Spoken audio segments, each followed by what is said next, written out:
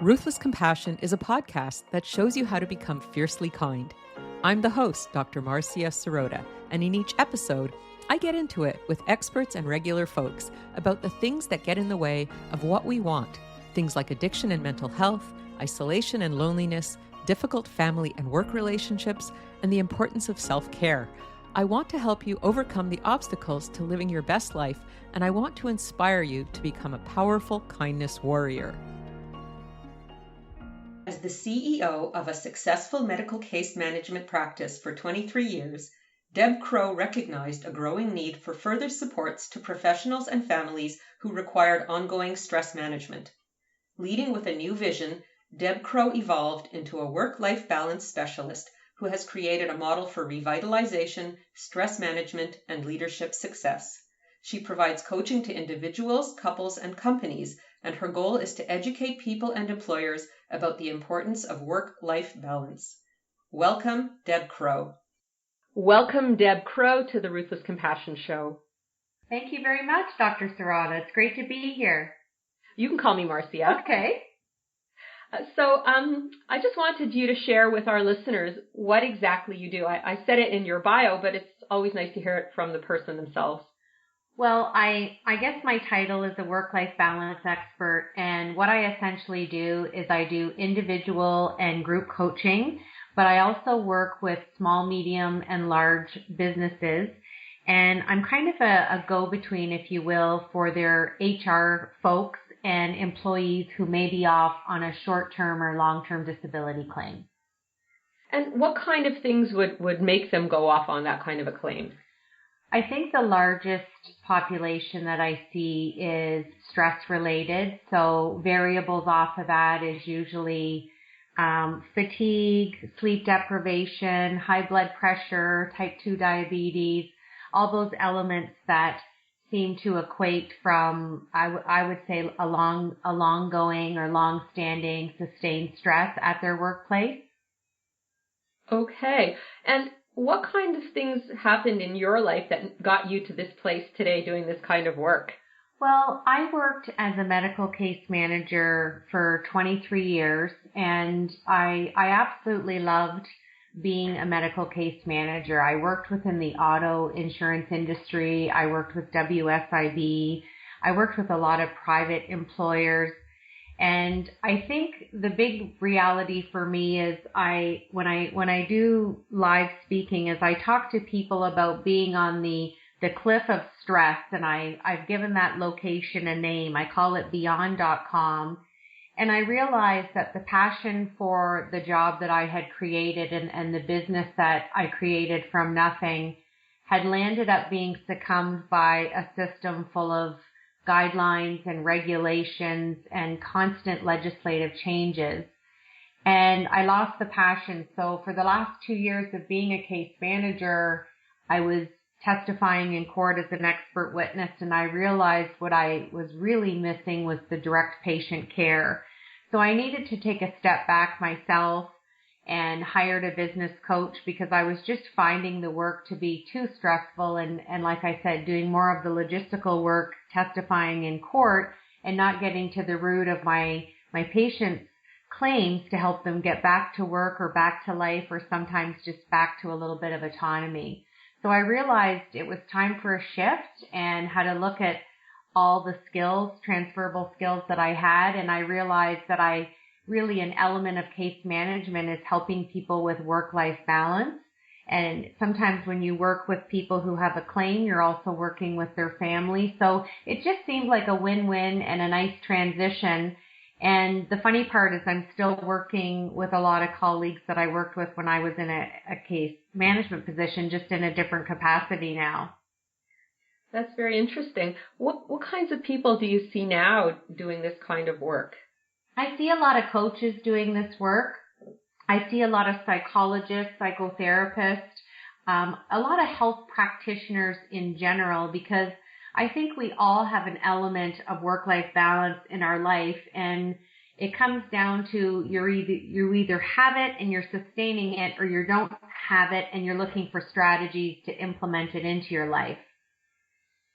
And your clients, how do they find you in terms of if they have a difficulty in their own personal, professional career? How do they find you? Well, I've been very fortunate because I had a case management practice for 23 years, so I was well known within the community, and I did a lot of work across Canada, not just in the province of Ontario. And I've always been consistent in my writing of a blog, and I think that's key to showcase your expertise and also the spectrum of people that you do work with. A lot of the corporations that I work with, again, I've had a lot of success getting people off short-term disability, and a lot of times just being that effective mediator or communicator, if you will, between the employer and the employee. So they have referred me to other colleagues, through word of mouth. So I've been fortunate that way, and I have a solid social media presence. So I think you definitely need to have that as a stake in today's marketplace as an entrepreneur as well. Mm-hmm. Now, I talk a lot in my own blogging about living your best life and being your best self. How would you apply work-life balance to that? Well, I think it's synonymous, to be honest with you. And I think a lot of people try to get work-life balance. And I think where the struggle is you can try to get it. That's part one of the equation. Part two is being able to sustain it. And I think you need to look at life. And like you said, I like that quote that you just said, the best version of yourself. I think we need to ebb and flow with life because life happenings are going to happen. Emergencies are going to happen. And I'm sure in your practice, you've had a lot of exposure to patients with trauma and loss like I have. And it's just being able to let them have what I call the time lineage, because I think society is so quick to judge people when they've had a loss or an accident or they've been off on a stress claim that they have to be put into a box with an equation and they should be this and they could be that and they would be this. And it doesn't work like that. And I think when people have some education and then someone to advocate on their behalf and you put those two modules together and then factor in how that person is on many levels, usually it's psychosocial and social economic for the people that I'm dealing with. I think when we factor all of those variables in together, and again, go back to the foundation of doing the education and the advocacy so that all parties involved know what's happening, that's when you get back on track for work-life balance. And work-life balance is being able to handle the unbalance in your life.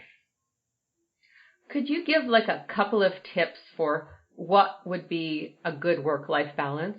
Absolutely. So I pride myself on that, Marcia. I walk this walk and talk this talk.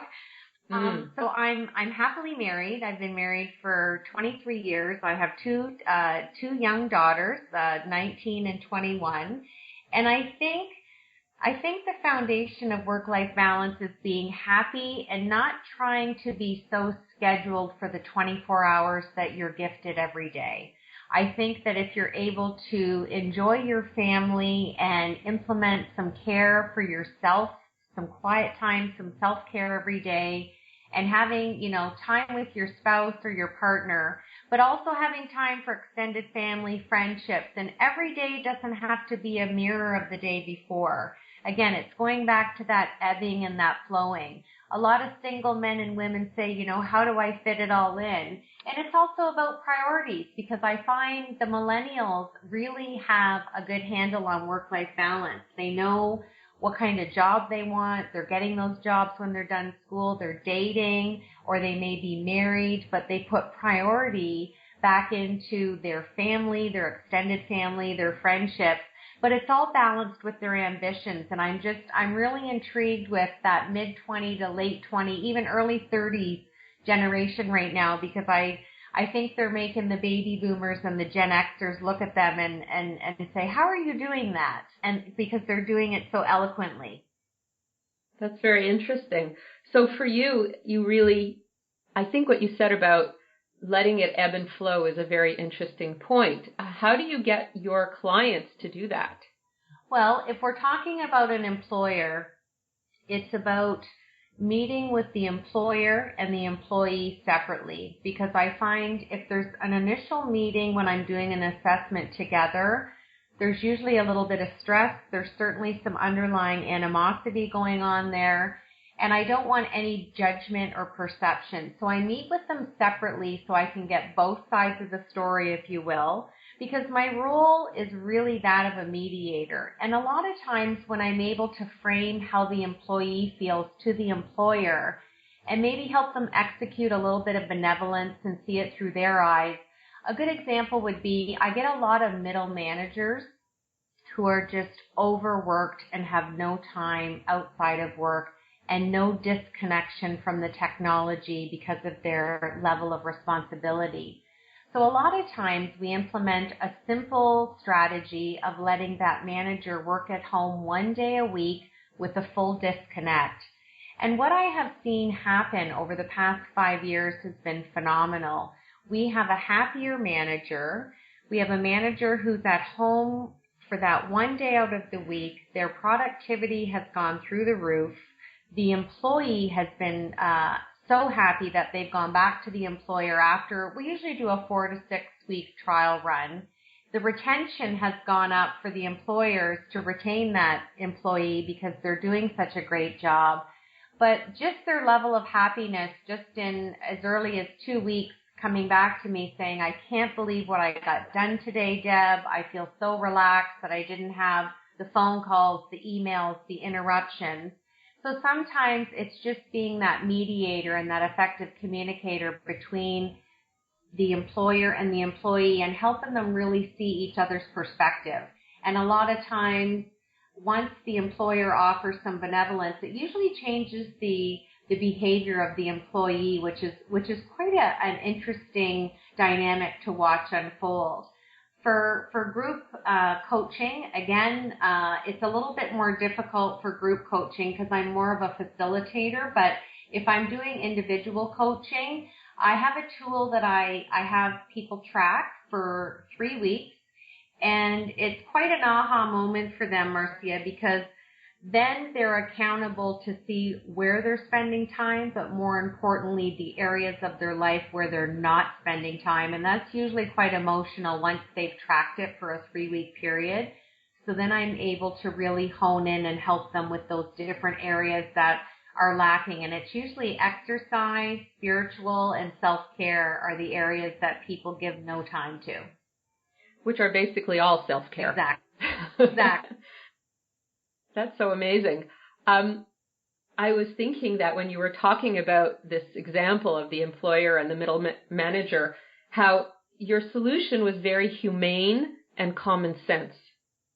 Well, I think we have to take a common sense approach to work-life balance because I think sometimes, and I say this with utmost respect because I've worked with some high-end professionals who have a lot of education. And sometimes we just have to take a step back from ourselves and really look at where the difficulty lies and how this stress kind of crept into their life. And sometimes I think common sense is the best approach to many problems and certainly to achieving a resolution. For sure. Well, when I just think about people in my situation, for example, a small business owner and how easy it is to get caught up in so many different things and to be overextended at times. How do you talk to somebody like me, someone who's a lawyer or a doctor or who's an entrepreneur, has their own small business? How do you get them to find that work-life balance? Well, I think the first thing you have to do is what I did when I transitioned from being a medical case manager to what I'm doing now is you have to get clarity around what you do like doing as a small entrepreneur or what you don't like doing. And I think when you have that list, it's easy for you to move forward because the things that you don't like doing have to be delegated or outsourced out because they're not making you happy. Most small business owners are miserable. And if it's usually a financial situation that they don't have, we usually find resources or I help align them with mentors to help them get through that barrier, if you will. And they usually don't like those tasks because they're not, they've had no formal education or they just simply don't like doing it.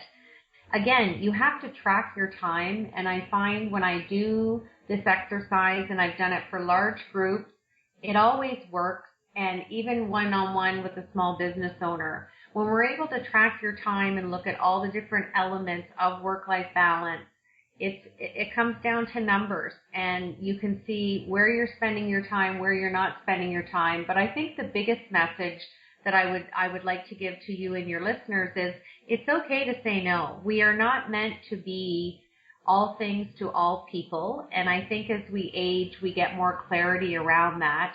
And the other point is, I think you have to get clarity on your business, because as an entrepreneur, your business grows and it goes through different cycles. And I think you always have to go back to the reason of why you started your business, and are you doing what you thought you'd be doing, and is your passion still in there? And I know as an entrepreneur, I've revisited that many times since I started my company in 1990, and I think it's part of growing. I think it's part of learning, but more importantly, I think we have to balance our personal and our professional development, and also give ourselves permission to disconnect at the end of a workday. It's okay to let people get our voicemail and not return the email. And again, we're not meant to be accessible, but technology has allowed that to happen. And I see it through many clients and many employees who are off on stress leave.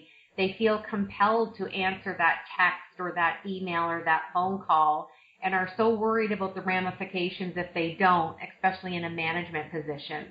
So again, it's just getting really, really clear, Marcia, with expectations, whether you're working for a company or you're your own, entrepreneur like you and I are, to know that it's okay for us to turn off once in a while. I think that a lot of people have this internal expectation of being hyper conscientious. And I think when you think about the work-life balance, that can lead to a lot of stress. Absolutely. And I think, there's many people out there that I see that I work with who are just overachievers. I see a lot of people that are overachievers, plus they're also attention seeking. So, and I'm sure, again, you see it in your practice. It's always getting back to that source of the etiology of where is this coming from. And a lot of times it's many, many layers, and work was just the final straw for them.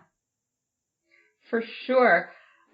What are you doing these days that might be of interest to our listeners apropos of this work-life balance? Well, I do a lot of lunch and learns. A lot of businesses have migrated to this level of learning because their staff does not have to leave. So I come in and the staff comes in with their lunch, and we do a 45-minute, very snapshot session of work-life balance. I leave them with some exercises, and then we land up doing a follow-up online, which works really, really well, because not everybody wants to chat amongst their coworkers, so it gives them a little bit of confidentiality, if you will, after I've left.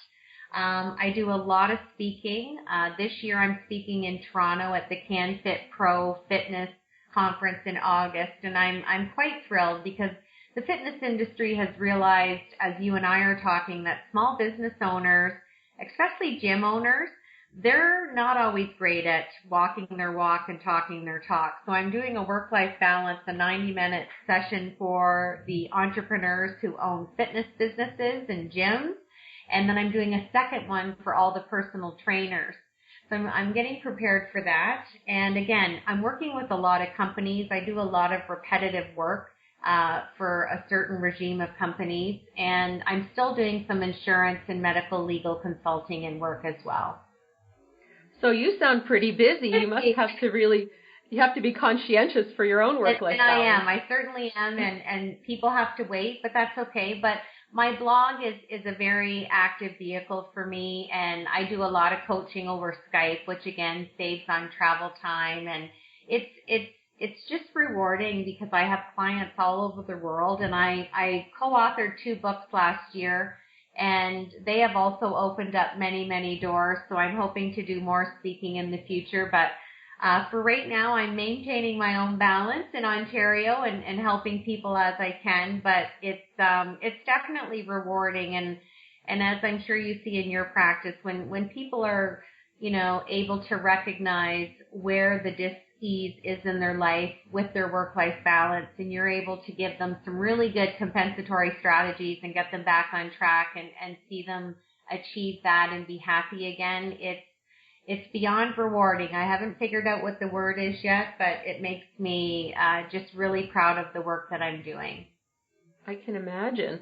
What are your books that you co-authored? I'm sure the listeners would be interested in knowing that. Well, they are on my website. So my website is debcrowe.com, and Crowe has an E on the end. And I got asked to be part of a global personal development book series last year called The Change, and it's gone #1. It's now the #1 leading book series on personal development, and my chapter's on work-life balance. And then I also wrote in a second book with a colleague from Atlanta, Georgia, and it's a book about gratitude. And I wrote my chapter about my Irish grandmother. That sounds lovely. So again, tell us your website just so they can hear it. So my website is www.debcrowe.com, and I do have a free ebook, Marcia. So if people want to follow me on Twitter, my Twitter name is Let's Get Balanced, and if they sign up to follow me, they'll get a direct message from me. And there's an ebook, and there's some great tips and strategies on how you can just have what I call an easy start to just looking at some strategies to getting some work-life balance in your life. That sounds wonderful. You know, everyone has to work, and so many of us struggle with that balance. We either overwork or we don't feel like we're working enough. So I think it's wonderful to have some tools to use. I fully agree with you. And another personal thing that I do is, one of my clients that I do quite a bit of work for on New Year's gave me a beautiful journal, because I'm all about journaling and I'm all about gratitude. And I used to keep a jar on my desk, and every day I would do my gratitude in the morning and at night. And this client gave me, it's called the 5-minute journal. And you do a page for each day. So the beginning of the page for each day is your morning, but then you reflect again at night. And it encompasses that it only takes you 5 minutes. And I just think that that's a powerful strategy that I've incorporated even with upper management. Sometimes we just need to stop and pause and take a break and disconnect from people and technology and take a few deep breaths and just be grateful that we're living and we're healthy and we have a job and we're enjoying life. And I just find sometimes if I can get people to step out of where they are in that moment and just take that time, they always enjoy it so much. And then they look and they say, why don't I do this? I want to do this. I've enjoyed this. So it's funny how you can just do simple modalities of relaxation. And you're probably not surprised to hear many people do not do that every day. Yes, and I think those simple tools are often the most powerful, especially those ones that just help you calm your self-center and take stock of how you feel and what you need. Yeah, and the other big thing that I do for balance, which surprises a lot of people, is I take an afternoon out of my work week every week, and I volunteer at our local hospice. And I can't think of a more rewarding volunteer position to have. I call it my cognitive and emotional reset, and it just allows me to embrace life, celebrate life, and I've met some of the most amazing people and families on that journey, and I call it one of the most pivotal things I've done, because I've done other volunteer work, but when I really sat and thought about where would my skills be best suited to transition for my volunteer work. And so that's part of my self-care, it's part of my community, and it's something I look forward to every week. I think that's a really great point. I think that putting things in perspective is so important. Giving of yourself is so important. I think all these things really enrich your life, and like you say, it's good self-care. Absolutely. I often get asked by some of my followers and people that will email me or leave comments on my blog, are you really as happy as you say you are on social media? And I can authentically tell you with a big smile on my face that I am. Like you say, you talk the talk and you walk the walk. Absolutely. Well, on that note, I would like to ask you for a call to action for the listeners today.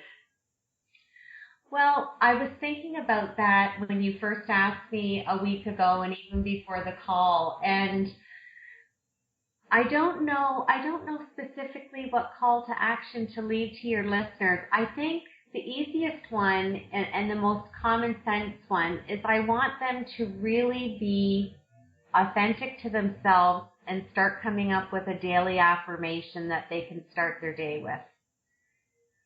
That's a very nice call to action. Every day, we all have an affirmation that we can look in the mirror, whether we're in our bathroom or our kitchen or wherever you may have a mirror, in your car, and just really looking at yourself and thinking, I am, and whatever words follow that. I just find that to be so powerful. It's part of my journaling. And I find that I work out every morning at 7 a.m. and I do this after my workout, and I find that it just sets the tone for me to take on my day. And I'm always emotionally happy, and it doesn't matter what the day may hand me, because I'm no different than any of your listeners or you. And, there's been trauma and loss and emergencies, but I just find it keeps me even keeled. I don't have to be reactive to things. I just go back to what we were saying at the beginning of our interview. It just allows me to be a better ever and a better flower with things that come my way. It sounds lovely. Well, it's been really a pleasure speaking with you, Deb, and thank you so much. And I'm sure the listeners will have a lot of food for thought after this interview. Well, it's been my pleasure, and thanks for having me on your podcast. Bye now. Bye-bye. That was the terrific Deb Crowe, and I'm Dr. Marcia Sirota. If you like this podcast, please subscribe and review it on iTunes. You can also sponsor me on Patreon at patreon.com/Dr. Marcia Sirota. And please sign up for my free monthly wellness newsletter at marciaSirotaMD.com.